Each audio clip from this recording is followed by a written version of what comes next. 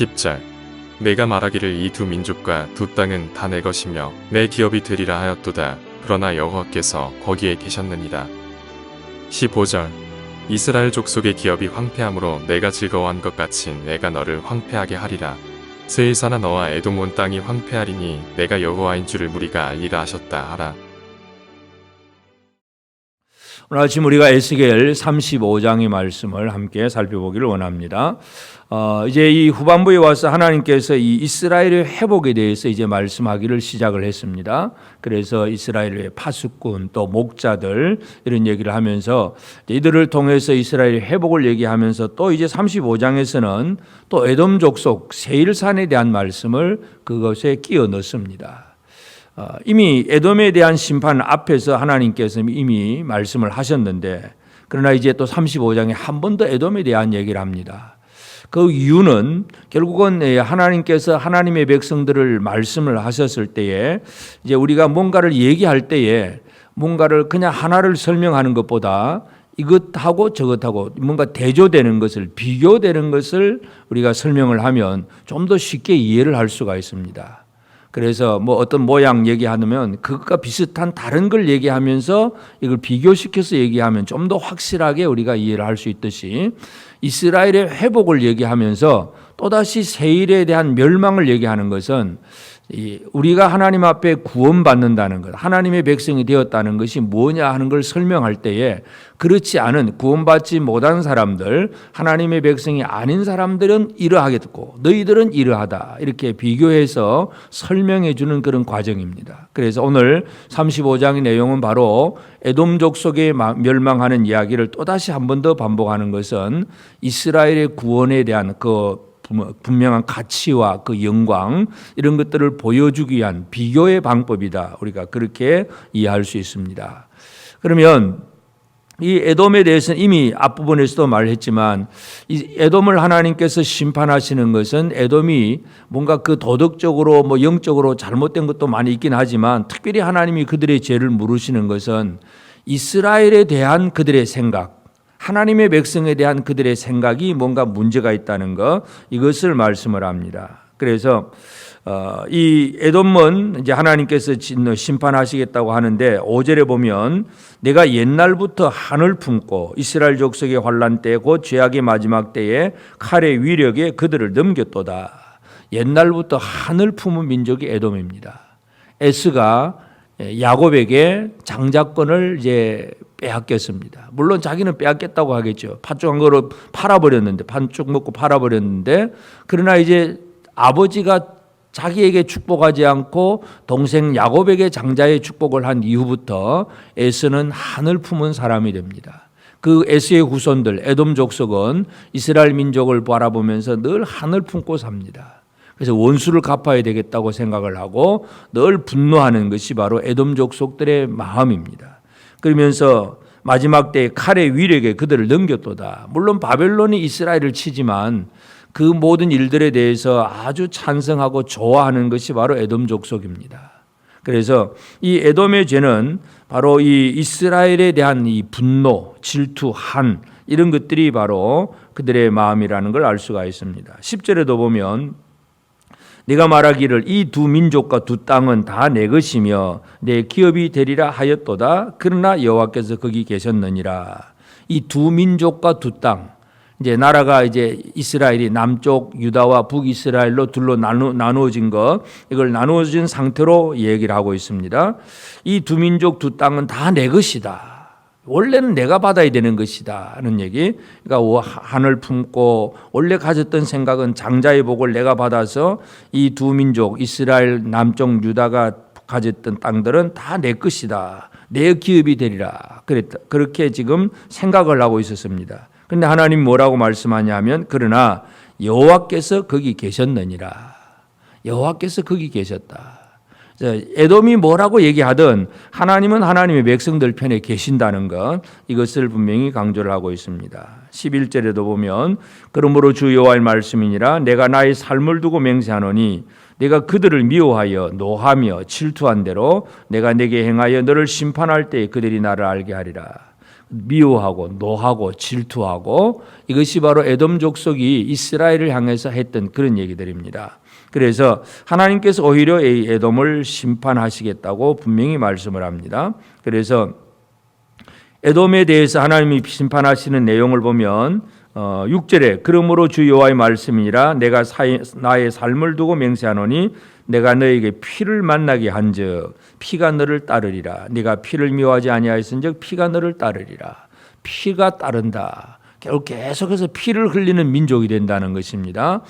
적군의 침입이 들어오고 그래서 계속 죽고 죽는 피를 흘리리라. 피가 따라온다. 7절 내가 세일산이 황무지가 폐허가 되게 하여 그 이후에 왕래하는 자를 다 끊을지라.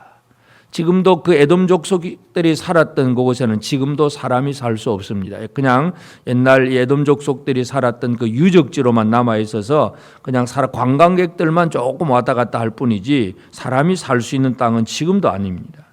바로 하나님께서 그들을 심판하셔서 그들을 그렇게 멸하고 황무지와 폐허가 되게 한다. 그렇게 말씀을 합니다. 그래서 우리가 여기서 기억해야 될 것은 하나님께서는 이 이스라엘의 회복, 유다의 회복에 대해서 지금 얘기를 하는 과정 속에 바로 이 에돔의 멸망에 대해서 얘기를 합니다.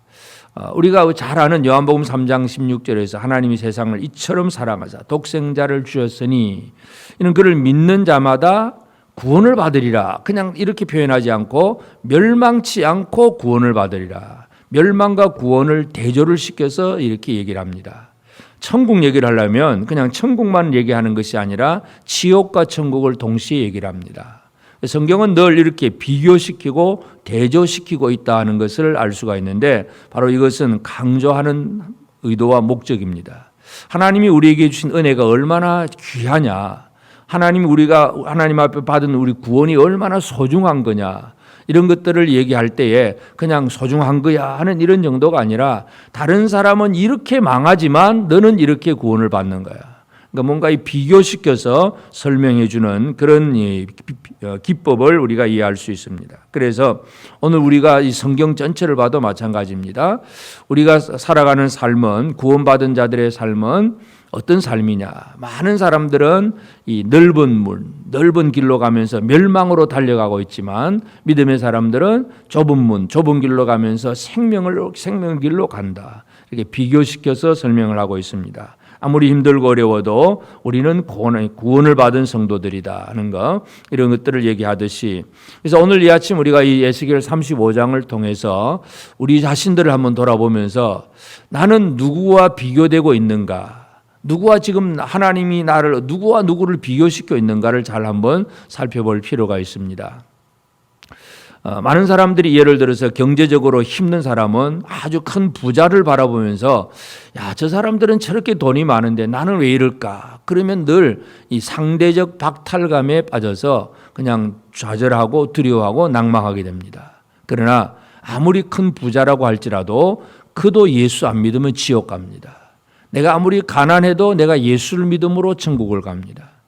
그래서 무엇으로 비교하느냐가 참 중요합니다. 그래서 오늘 우리가 하나님께서 지금 이스라엘의 회복을 얘기하는 과정 속에 에돔의 멸망을 얘기하는 그 이유는 바로 이스라엘의 회복이라는 것이 그냥 바벨론 포로로 끌려왔다가 그냥 되돌아가는 거다, 이런 정도가 아니라 멸망치 않고 구원을 받는다는 그 얘기를 하고 계십니다. 그래서 오늘 우리가 살아가는 삶에서 나는 누구와 비교되는 사람인가? 늘 우리는 결국은 주변 사람들과 비교될 수밖에 없지만 그러나 그 비교의 기준을 잘 세우는 것이 중요합니다. 내가 아무리 힘들고 어려워도 눈에 보이는 것, 어떤 물질적인 것, 이런 것만 가지고 비교를 하다 보면 늘 이 세속적인 기준에 따라서 낙심하고 절망하게 됩니다. 그러나 우리는 하나님의 백성이냐 아니냐, 이 이스라엘과 이 에돔, 이 이스라엘과 에서의 족속들의 그 비교에 되는 제일 첫 번째 타이틀은 뭐냐면 하나님의 선택입니다. 하나님이 야곱을 선택하고 에서는 버리셨습니다. 그래서 우리가 이 땅에서 어떻게 힘들게 살든 어떻게 살든 간에 나는 하나님 앞에 선택받은 사람이다, 이 사실을 깨닫는 것이 중요합니다. 또 한 가지는 하나님의 선택이 있으니까 자연히 하나님의 언약입니다. 하나님과 언약이 있는 백성이냐, 하나님의 언약이 없는 백성이냐.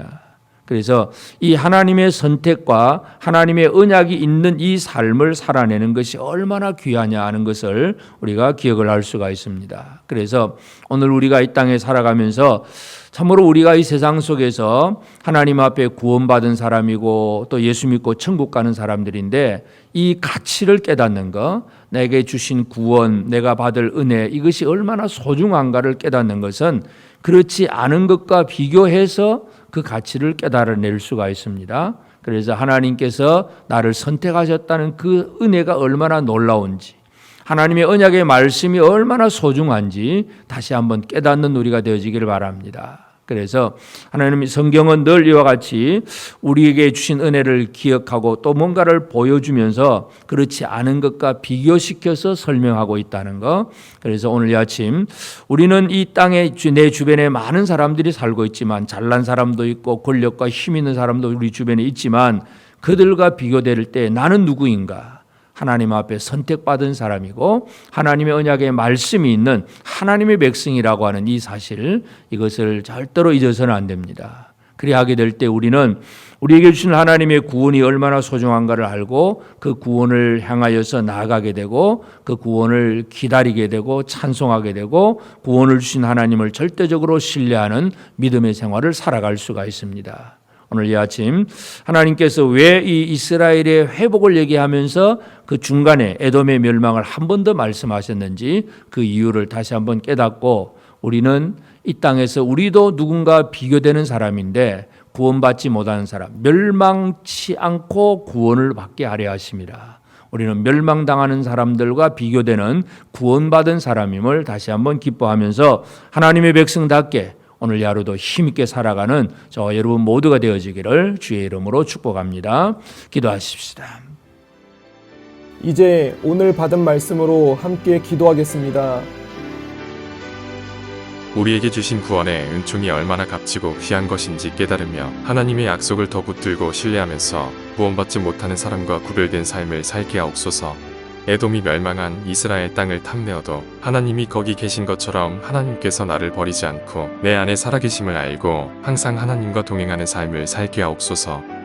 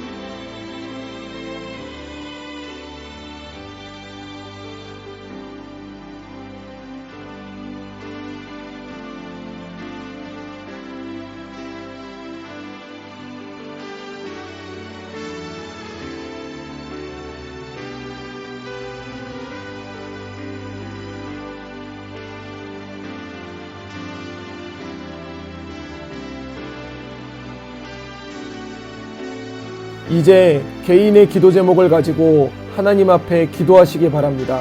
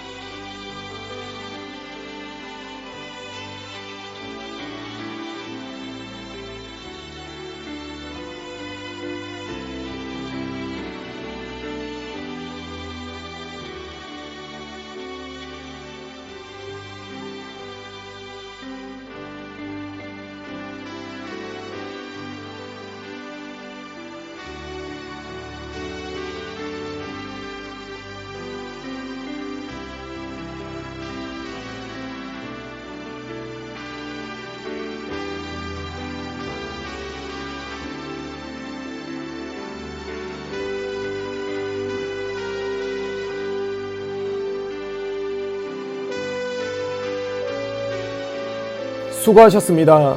오늘도 하나님의 인도하심 가운데 승리의 하루를 보내시는 우리 재건부평교회 모든 성도님들이 되시기를 주님의 이름으로 축복합니다.